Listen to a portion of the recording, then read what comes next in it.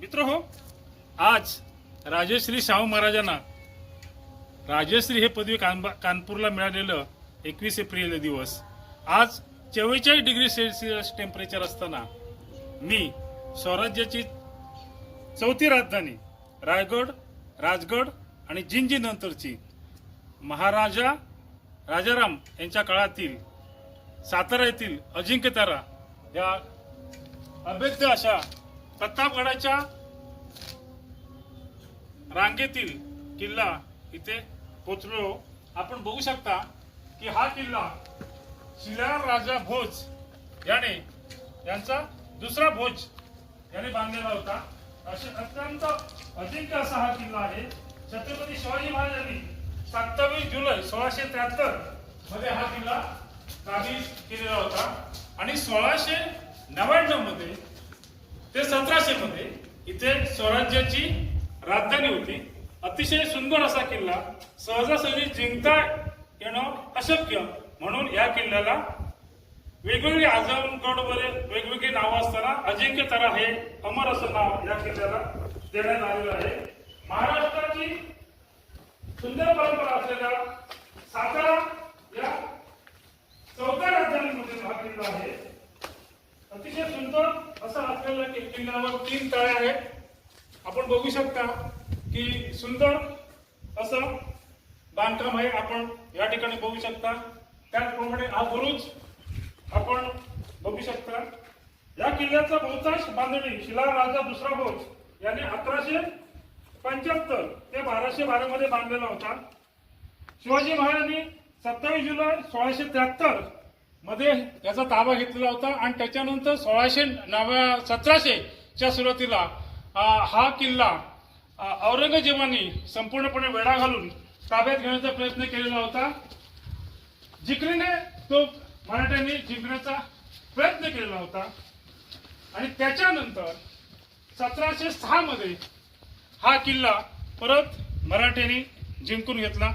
अतिशय सुंदर असा हा किल्ला आज पाहण्यासाठी मी सातारा इथे आज 21 एप्रिल 2026 रोजी पोहोचलेलो आहे. आपण बघू शकता 3 तळी असलेला, त्याचप्रमाणे ताराबाई यांचा राजवाडा असलेला हा किल्ला बघण्यासाठी आपण आज इथे पोहोचलेलो आहोत.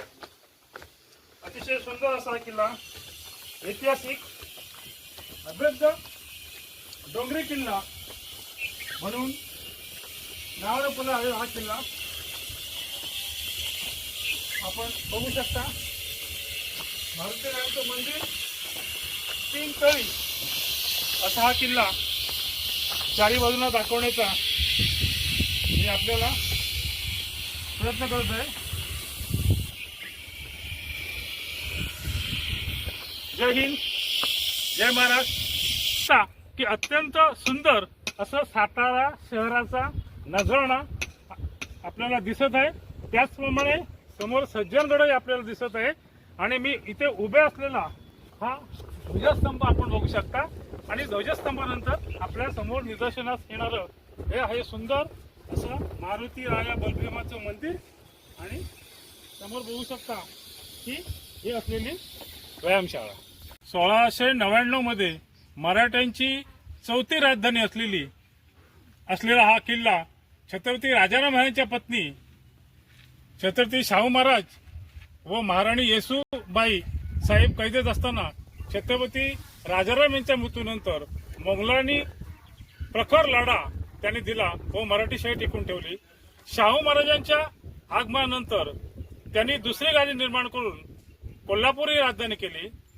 राजेशबाई व दुसरा संभाजी यांनी त्यांना कैदेत टाकून गादीवर बसल्यावर कालांतराने त्या साताऱ्याला येऊन राहिल्या. त्यांचा नातू राजाराम याला छत्रपती शाहू यांनी दत्तक घेतले आणि नंतरच्या काळात त्या साताऱ्याला राहिल्या व सातारचा अजिंक्यतारा किल्ल्यावरच त्यांचा मृत्यू आला. अशा प्रकारचा एक इतिहास आपल्याला या किल्ल्याच्या बाबत निदर्शनास येतो.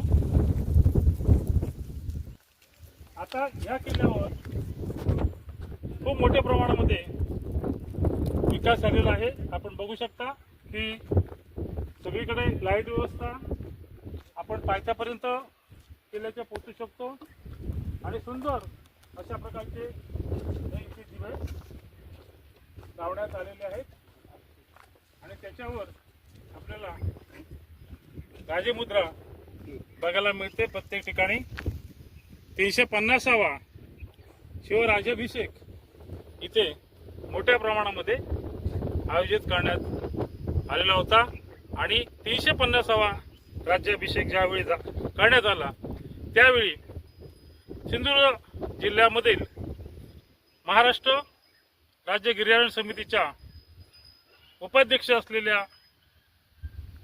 उपाध्यक्षाच्या माध्यमातून मी स्वतः सिंधुदुर्ग जिल्ह्यातील काही किल्ल्यामध्ये पुढाकार घेऊन अखिल महाराष्ट्र गिर्यारोहण समितीच्या माध्यमातून छत्रपती शिवाजी महाराजांच्या 350 किल्ल्यावर भगवा आणि तिरंगा लावण्यात आलेला होता आणि त्या काळामध्ये इथे मोठ्या प्रमाणामध्ये शिवराज्याभिषेक 350वा करण्यात आलेला होता. तर हो, या किल्ल्याला वेगवेगळी नाव आहेत. या देवीवरून मंगळाईगड असंही एक किल्ल्याला नाव आहे. त्याचप्रमाणे सप्तर्षी गड आणि शहागड आणि आझमतारा अशी ह्या किल्ल्याला नाव दिली आहेत. आपण बघू शकता राणी ताराबाई यांचा हा राजवाडा आणि हा ढासळलेला आहे बऱ्यापैकी. आपण होप ठेवतो की हा परत बांधला जावा. अत्यंत सुंदर असा हा राजवाडा आपण बघू शकतो. हा समोरची एक भिंत त्याचप्रमाणे हे भिंत आणि त्याच्यावरचं हे कोरीव काम आपण बघू शकता.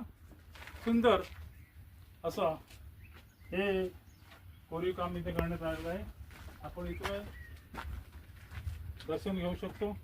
त्याचप्रमाणे साताऱ्याचं अशा प्रकारे सुंदर असा हा ताराबाई यांचा राजवाडा आपल्याला बघता येतो.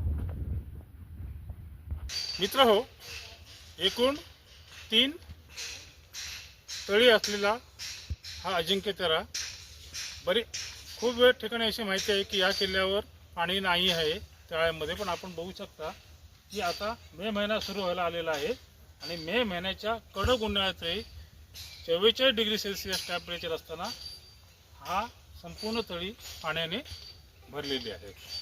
थोडंसं मित्र आपण बघू शकता की अजिंक्यताराच्या तटबंदीवरून आपल्याला हा खूप सुंदर असा सूर्य दिसतो आणि खाली दिसणारं हे संपूर्ण हे सातारा शहर.